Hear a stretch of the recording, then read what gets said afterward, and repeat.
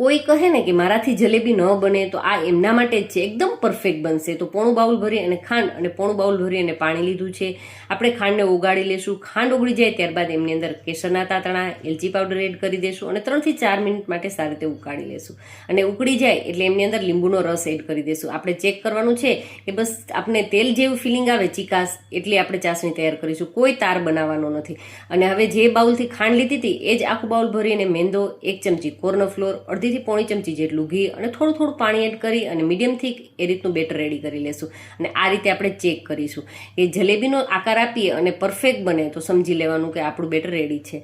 હવે એમની અંદર અડધી ચમચી જેટલો ઈનો અથવા તો બેકિંગ પાવડર એડ કરી અને સારી રીતે મિક્સ કરી લેશું. સોસની બોટલની અંદર અથવા તો નિમક દૂધની થેલીની અંદર આ રીતે ફિલ કરી દેશું અને અડધો થી પોણો ઇંચ જેટલું તેલ છે, ડૂબે આપણી ચમચી એટલું તેલ લેશું અને જલેબીનો આકાર આપી દઈશું અને ગોલ્ડન બ્રાઉન થાય ત્યાં સુધી ફ્રાય કરી લેશું.